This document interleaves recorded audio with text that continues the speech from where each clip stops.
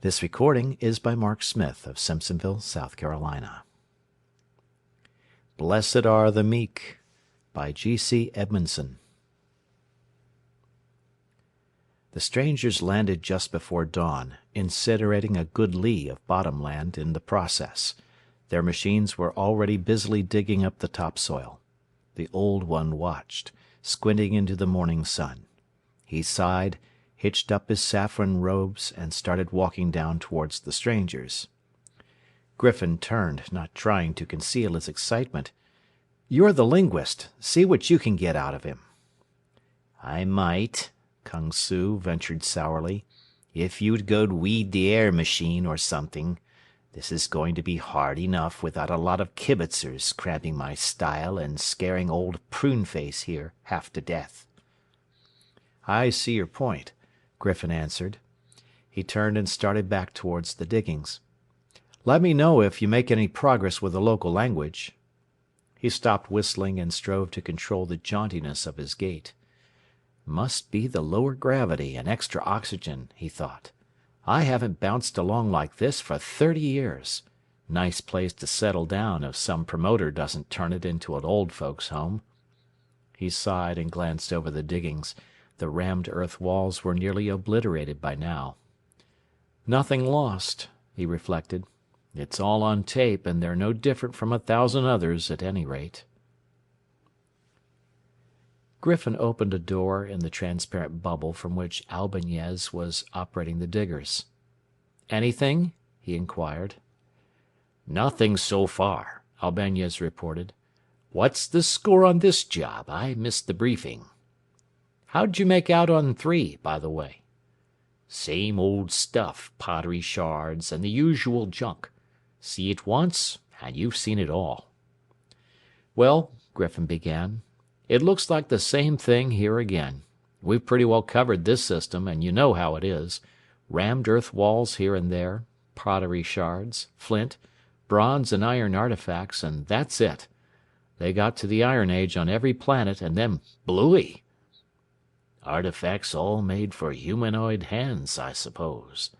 I wonder if they were close enough to have crossbred with humans." "I couldn't say," Griffin observed dryly. "From the looks of old Pruneface, I doubt if we'll ever find a human female with sufficiently detached attitude to find out." "Who's Pruneface?" "He came ambling down out of the hills this morning and walked into camp." "You mean you actually found a live humanoid?" "There's got to be a first time for everything." Griffin opened the door and started climbing the hill towards Kung Su and Pruneface. "Well, have you gotten beyond the 'Me, Charlie' stage yet?" Griffin inquired at breakfast 2 days later.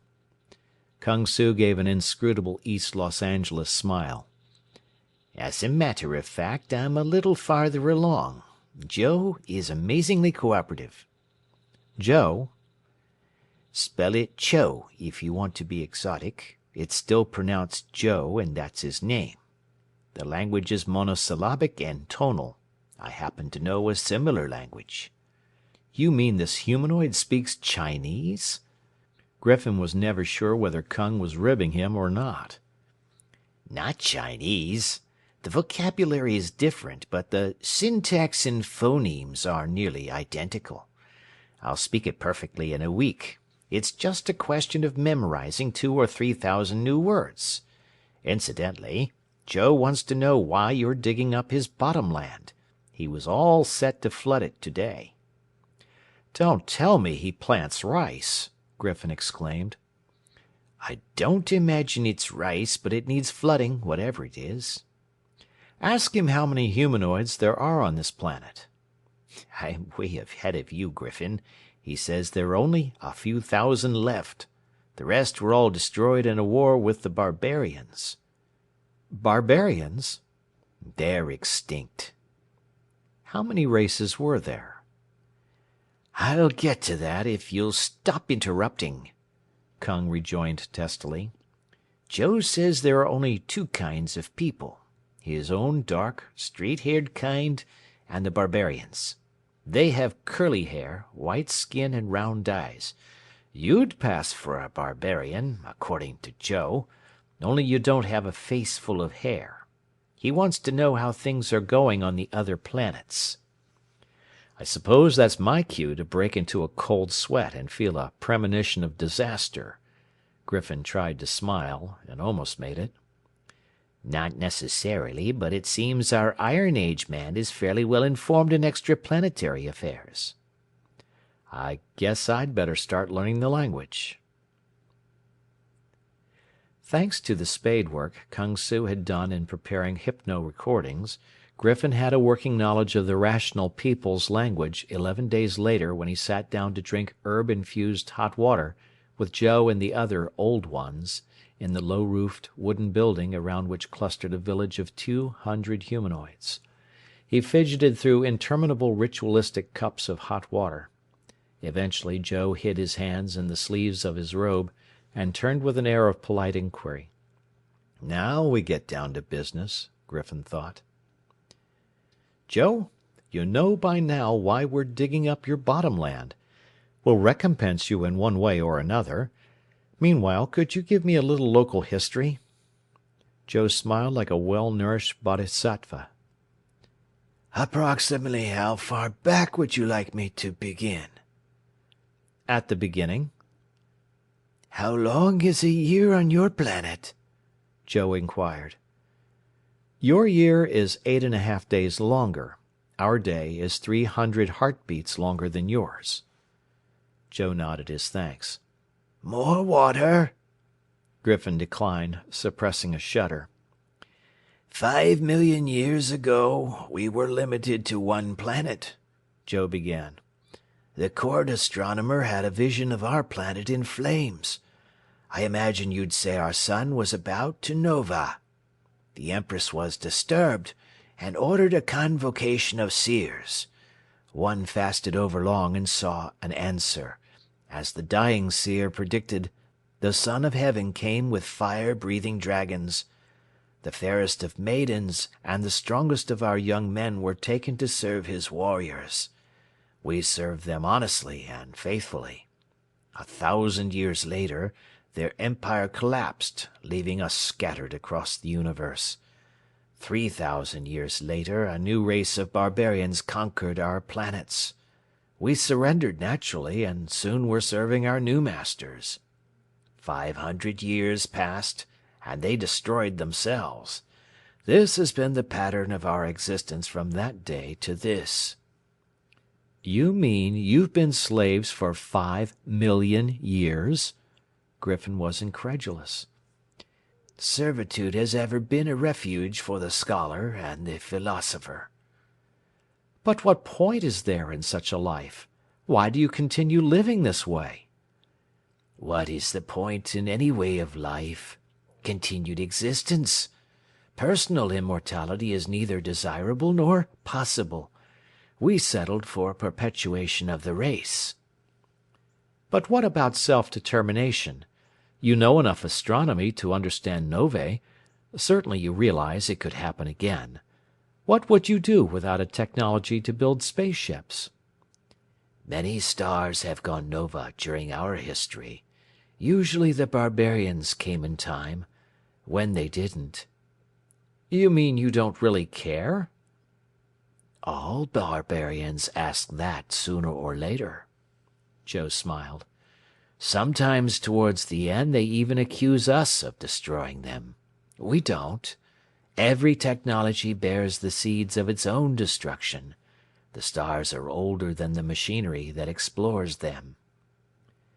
You use technology to get from one system to another. We used it, but we were never part of it. When machines fail, their people die. We have no machines. What would you do if this sun were to nova? We can serve you. We are not unintelligent. Willing to work your way around the galaxy, eh? But what if we refuse to take you? The race would go on. Kung Su tells me there is no life on planets of this system, but there are other systems. You're whistling in the dark, Griffin scoffed. How do you know if any of the rational people survive? How far back does your history go? Joe inquired. It's hard to say exactly, Griffin replied.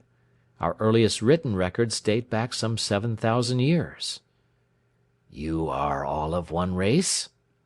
No, you may have noticed Kung Su is slightly different from the rest of us. Yes, Griffin, I have noticed. When you return, ask Kung Su for the legend of creation.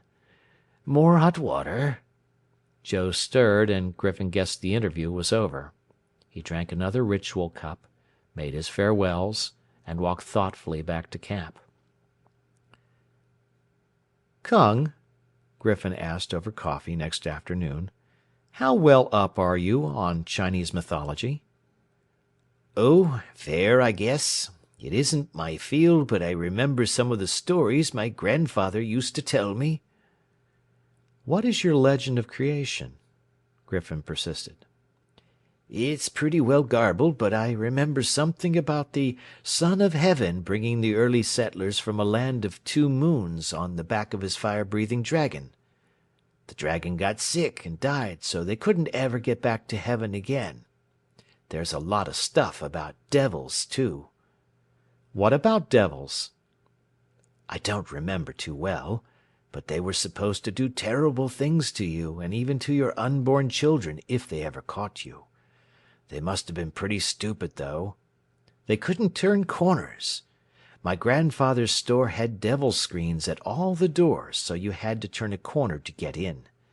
The first time I saw the lead baffles at the piled chamber doors on this ship, it reminded me of Home Sweet Home.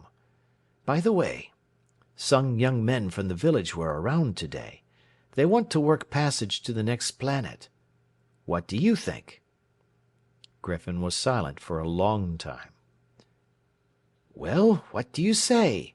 We can use some hand labor for the delicate digging. Want to put them on? Might as well, Griffin answered. There's a streetcar every millennium, anyway. What do you mean by that? You wouldn't understand. You sold your birthright to the barbarians. The end. Blessed are the meek.